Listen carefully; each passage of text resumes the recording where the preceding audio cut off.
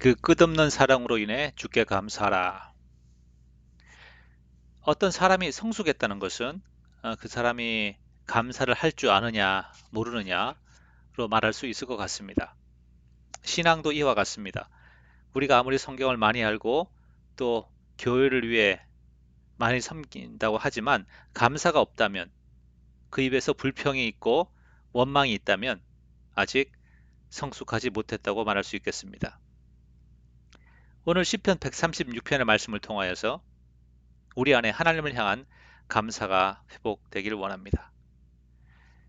시편 136편은 참 독특한 구조를 가지고 있습니다. 매 구절마다 반복되는 그런 문장이 있습니다. 그 문장이 바로 주의 인자하심이 영원하심이로다. 영원함이로다. 1절 여호와께 감사하라. 그는 선하시며 그 인자하심이 영원함이로다. 신들 중에 뛰어난 하나님께 감사하라. 그 인자하심이 영원함이로다. 주들 중에 뛰어난 주께 감사하라. 그 인자하심이 영원함이로다. 그 인자하심이 영원함이로다. 여기서 사용된 인자라는 단어, 히브리어로 헤세드라는 단어를 사용하고 있습니다. 그런데 이 헤세드라는 단어, 하나님의 사랑과 하나님의 인자하심, 이것을 정확하게 번역할 단어가 없어서 영어 번역을 보면 뭐 끝없는 사랑, 혹은 변함없는 사랑, 끊을 수 없는 사랑, 혹은 또 은혜로 번역하고 있습니다. 왜 끝없는 사랑입니까? 왜 끊을 수 없는 사랑입니까? 어떠한 상황에도 불구하고 그 사랑은 변하지 않기 때문에 그렇습니다. 그것은 마치 마약에 찌들어서 감옥에서 썩고 있는 그 아들을 향한 아버지의 사랑과도 같습니다.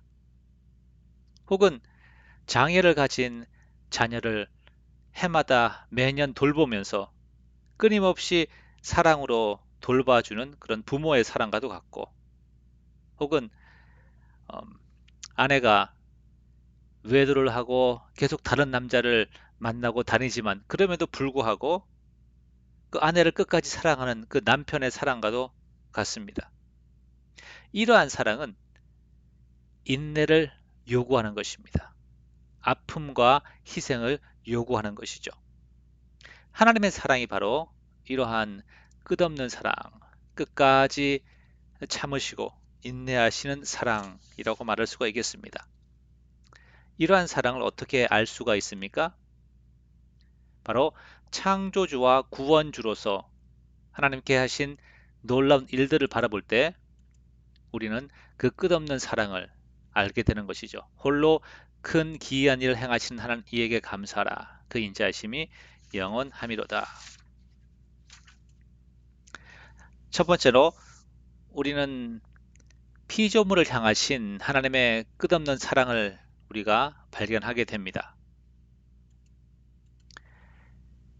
지혜로 하늘을 지으신 이에게 감사하라. 그 인자하심이 영원함이로다. 땅을 물 위에 펴신 이에게 감사하라. 그 인자하심이 영원함이로다. 고대 사람들은 생각하기를 땅이 물 위에 떠 있다고 생각했습니다. 그 당시의 우주관으로 그렇게 생각한 것이죠. 물론 우리는 그들보다 많이 알고 또 그렇지 않다는 것을 압니다. 근데 여기서 중요한 것은 하나님께서 만드신 이 모든 만물들, 우리의 이해와 우리의 생각을 훨씬 벗어나는 것이라는 것입니다. 그리고 하나님께서는 또 태양과 달과 별들을 만드셨죠.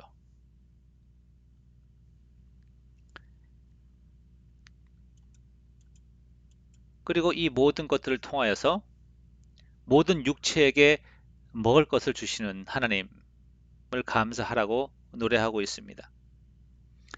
자, 고대 사람들은 태양을 바라볼 때 태양빛으로 인해서 만물이 자라나는 것을 보았고, 또 달에 의해서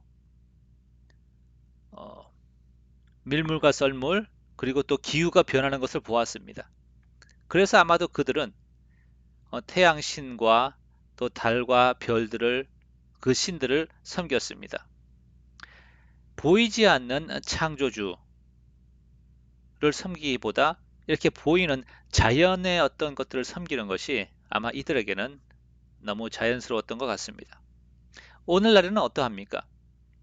오늘날에는 아무도 대부분의 사람들이 어, 이렇게 달이나 뭐 태양, 뭐 나무를 섬기진 않죠.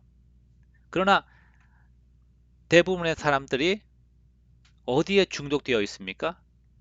그것은 바로 이성의 신, 그러니까 이성으로 판단하고 또 자기의 감각으로 느낄 수 있는 것 이외의 것은 전혀 믿지 않는 이성이라는 그런 종교에 어쩌면 중독되어 있는 것 같습니다. 그래서 보이지 않는 하나님 믿지 않고 하나님이 하신 모든 일들도 인간의 생각하기에 예측할 수가 없고 그리고 실험실에서 다시 한번 그것을 재생할 수 없기 때문에 하나님을 믿지 않는 것입니다. 자, 이러한 생각은 얼마나 어리석은지 예를 들어서 설명해 보도록 하겠습니다.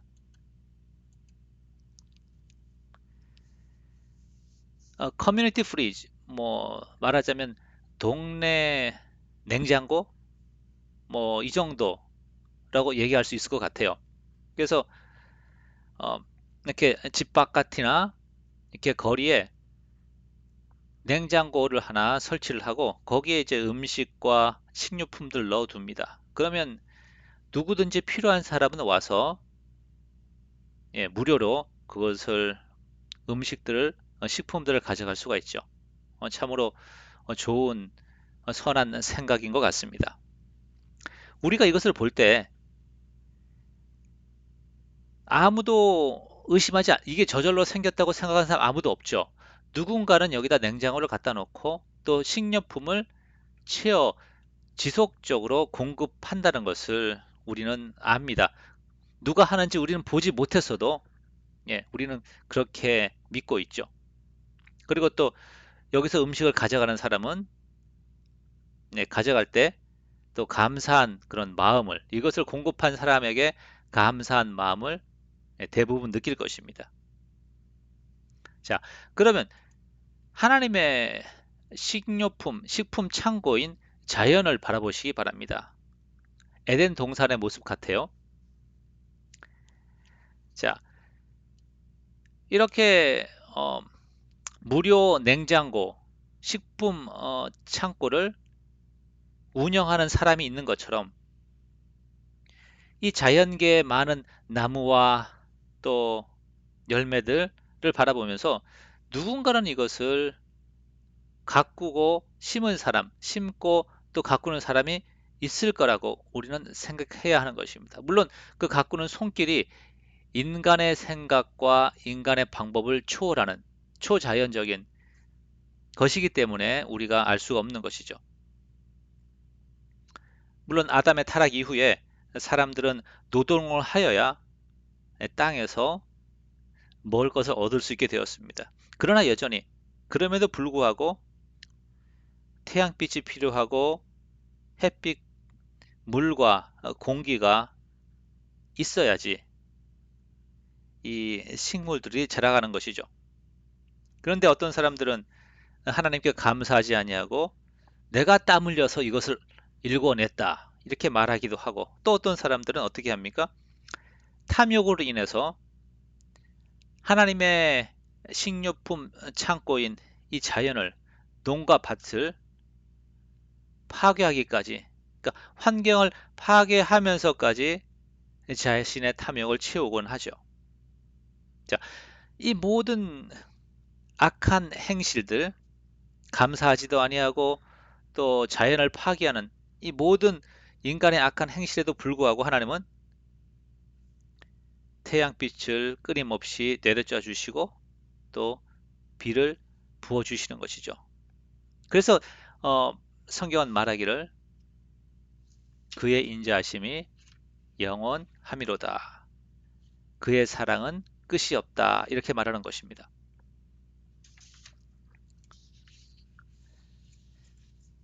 그리고 두 번째, 우리가 하나님의 끝없는 사랑을 알 수 있는 것은 바로 하나님께서 이루신 구원입니다. 10절부터 12절은 출애굽의 이야기를 말하고 있고 13절부터 15절은 홍해를 지나간 그 사건을 말하고 있습니다. 이 구절을 읽을 때 우리가 하나님의 인자하신 그 사랑, 끝없는 사랑에 대해서 약간은 의심을 하게 됩니다.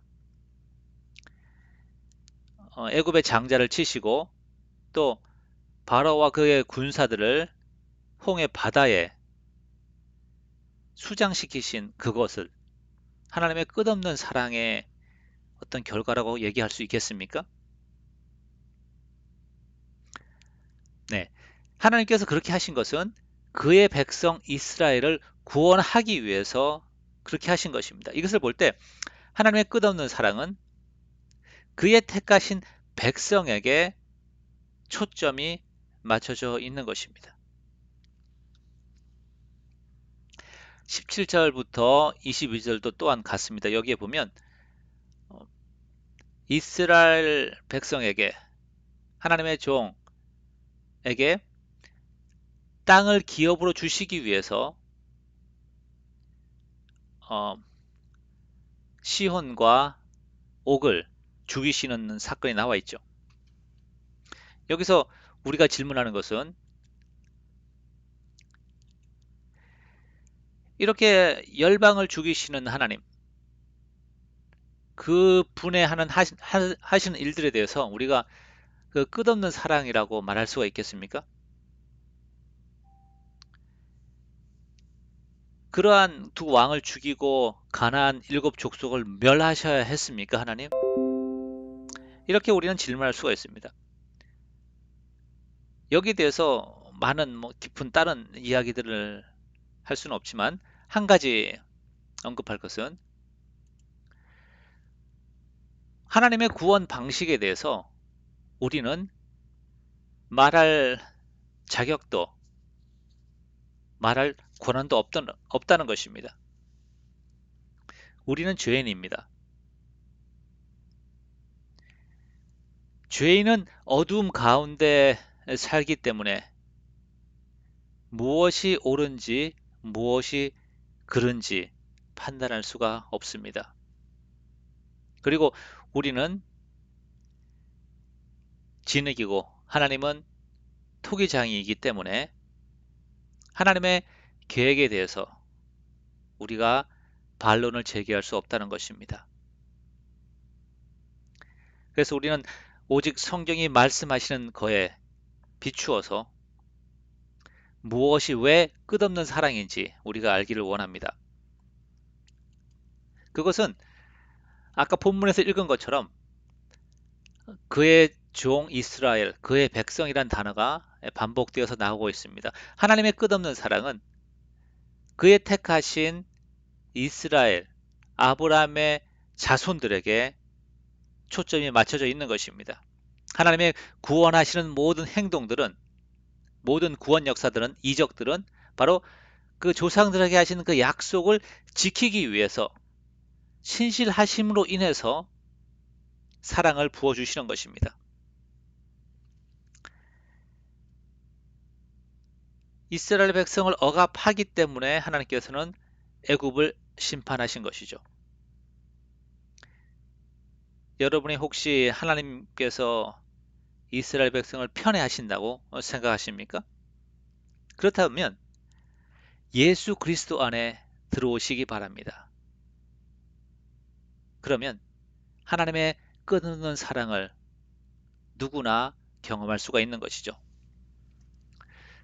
하나님의 끝없는 사랑이라고 말하는 또 다른 하나의 이유는 바로 하나님의 긍휼하심에 있다는 것입니다. 23절, 24절 우리를 비천한 가운데서도 기억해 주신 이에게 감사하라. 그 인자하심이 영원함이로다. 우리를 우리의 대적에게서 건지신 에게 감사라. 그 인자하심이 영원함이로다.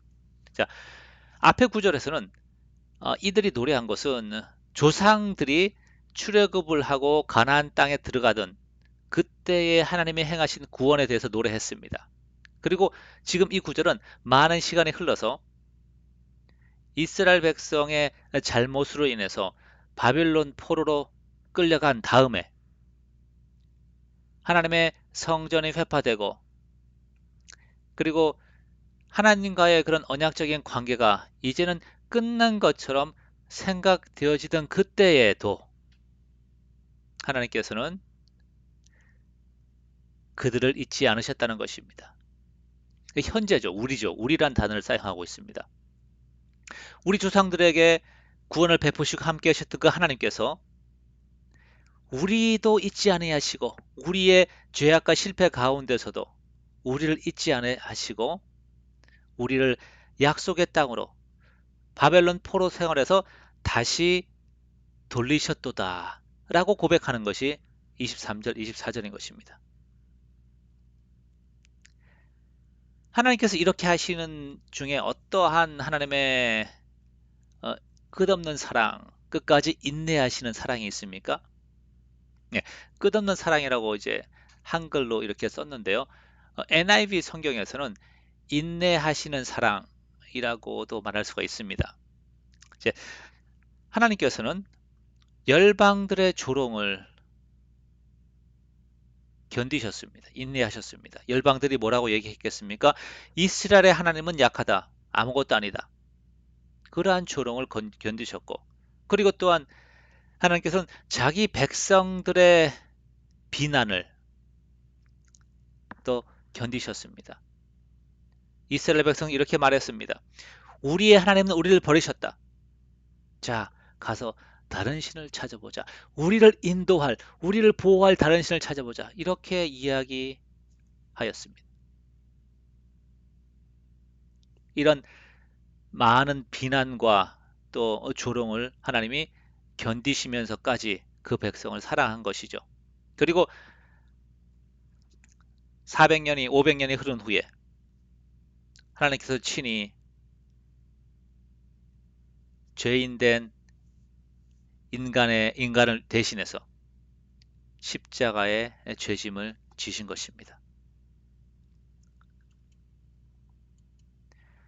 로마서 5장 8절에 우리가 아직 죄인 되었을 때 그리스도께서 우리를 위하여 죽으심으로 하나님께서 우리에 대한 자기의 사랑을 확정하셨느니라.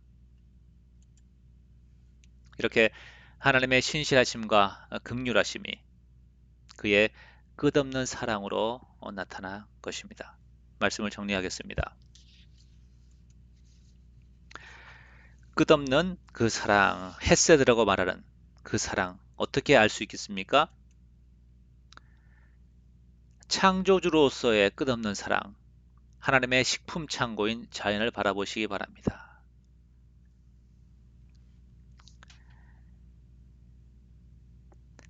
무료 돈이 없는 사람들을 위해서 이웃들에게 어, 무료로 제공하였던 그런 식품 냉장고처럼 무료 냉장고처럼 누군가는 그것을 운영하는 사람이 있었다는 사실. 그러면 하나님의 식품 창고 자연을 바라보면서 누군가는 이것을 관리하시는 분이 있다는 사실을 우리가 잊지 말아야 하고 또 그 하나님의 관리하심이 인간의 죄악과 악함에도 불구하고 끝까지 돌보시고 사랑하신다는 사실 잊지 마시기 바랍니다. 두 번째, 끝없는 사랑으로 이루신 십자가 구원을 바라보시기 바랍니다. 그 끝없는 사랑으로 인해서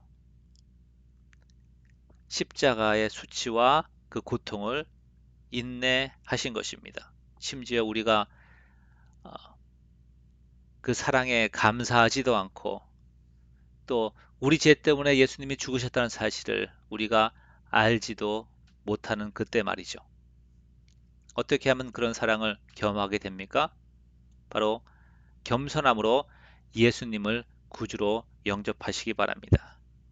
그러면 우리의 영혼의 눈이 떠져서 우리 삶에 일어나는 그 모든 일들이